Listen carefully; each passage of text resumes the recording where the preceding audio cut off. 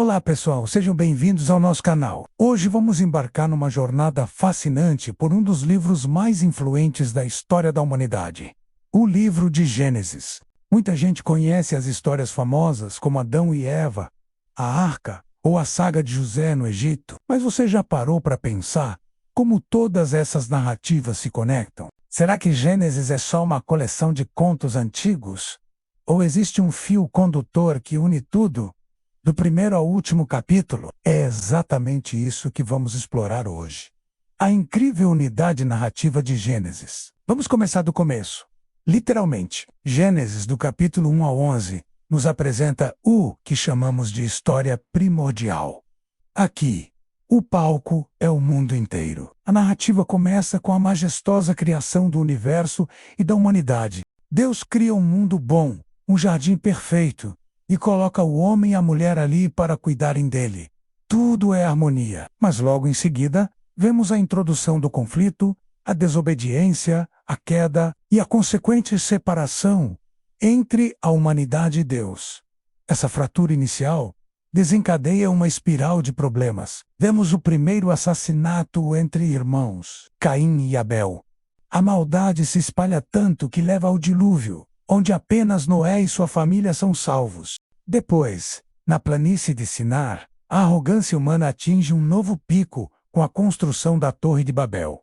A humanidade, em vez de se espalhar e encher a terra como Deus ordenou, tenta construir um monumento à sua própria glória, para alcançar os céus por conta própria.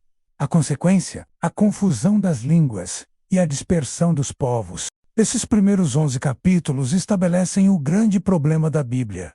Um mundo criado para ser bom, mas que agora está quebrado, alienado de seu Criador. A humanidade está perdida, dividida e em conflito. E agora? Qual é a solução? É aqui que a história dá uma virada genial. A partir do capítulo 12, Deus, que antes tinha um foco panorâmico no mundo todo, agora fecha o foco em um único homem e sua família, Abraão. Deus chama esse homem da Mesopotâmia e faz a ele uma promessa extraordinária. Ele promete dar a Abraão uma terra, uma descendência numerosa, como as estrelas do céu. E o mais importante, através da sua família, todas as nações da terra seriam abençoadas. Percebe a conexão? O problema apresentado nos primeiros capítulos. A humanidade dispersa e amaldiçoada pela sua própria rebelião encontra o início de sua solução na promessa feita a Abraão. A bênção que será levada a todas as nações é o antídoto para a maldição e a divisão que vimos antes. A partir daqui, Gênesis se torna a história dessa família e dessa promessa. A narrativa então segue a jornada dessa promessa através de 4 gerações. Primeiro, Abraão e Sara, que mesmo em idade avançada, recebem milagrosamente um filho, Isaque. A fé de Abraão é testada de maneiras extremas, mas a promessa de Deus prevalece. Depois, a promessa passa para Isaque e sua esposa Rebeca. Eles têm gêmeos, Esaú e Jacó. E a trama se complica. Jacó, cujo nome significa enganador, personifica a falha humana. Ele engana seu irmão e seu pai para roubar a bênção e a primogenitura. Ele é um personagem cheio de defeitos, longe de ser um herói perfeito. E mesmo assim, Deus trabalha através dele. Jacó foge, passa por suas próprias provações e enganos, luta com Deus e tem seu nome mudado para Israel, que significa aquele que luta com Deus. Ele tem 12 filhos, que se tornarão os fundadores das 12 tribos de Israel. A promessa de uma grande descendência está começando a se cumprir.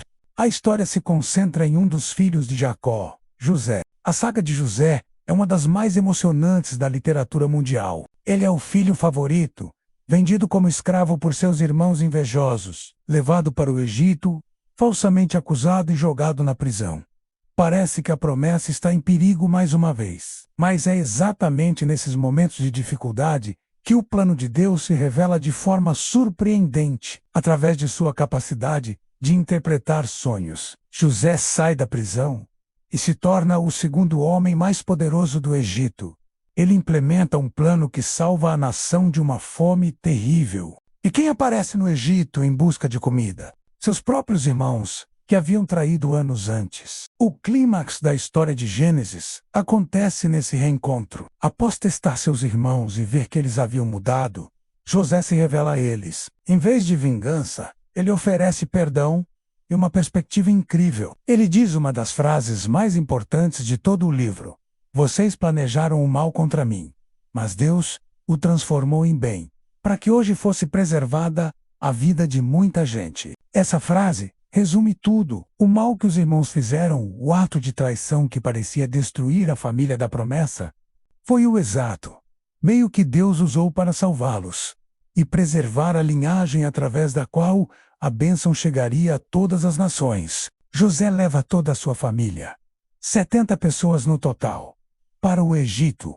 onde eles podem sobreviver à fome e prosperar. O livro termina com a morte de Jacó e depois de José, mas não termina com um final feliz e definitivo. Termina com uma promessa pendente. No seu leito de morte, José faz seus filhos jurarem que, quando Deus os visitasse, para levassem ele de volta à terra prometida. O livro de Gênesis, portanto, termina com os olhos voltados para o futuro. A família está no Egito, ainda não está na terra prometida, e a bênção para todas as nações ainda não se cumpriu totalmente. Então, o que podemos concluir? Gênesis não é uma colcha de retalhos. É uma obra-prima literária com uma estrutura muito clara. Os capítulos 1 a 11 estabelecem o problema, a rebelião humana e suas consequências de maldição e dispersão. Os capítulos 12 a 50 apresentam o início da solução de Deus, a eleição de uma família, a família de Abraão, através da qual a redenção e a bênção viriam para o mundo inteiro. Cada história contribui para essa narrativa maior. Vemos um padrão constante. A promessa de Deus parece estar em perigo por causa da falha humana, a esterilidade, a rivalidade entre irmãos, a traição ou a fome. Mas repetidamente Deus intervém e, de forma surpreendente, usa até mesmo o mal e o fracasso humano para levar seu plano adiante. Gênesis é, portanto, uma história de esperança. Ele nos mostra um Deus que não desiste de sua criação, mesmo quando ela se rebela. Um Deus que escolhe trabalhar através de pessoas imperfeitas e famílias disfuncionais para cumprir seus propósitos redentores. E ele nos deixa ansiosos pelo próximo capítulo da história, o livro de Êxodo, onde veremos como Deus resgata essa família do Egito e continua a jornada para cumprir a promessa que começou lá atrás, com um homem chamado Abraão. Espero que essa visão unificada de Gênesis tenha aberto seus olhos para a profundidade e a beleza deste livro incrível. Não são apenas histórias para crianças, é a base para uma narrativa que se desenrola por toda a Bíblia. Muito obrigado por assistir. Se você gostou desse vídeo e quer ver mais análises como esta, não se esqueça de deixar seu like, se inscrever no canal e ativar o sininho para não perder os próximos conteúdos. Deixe nos comentários qual parte de Gênesis mais te impacta.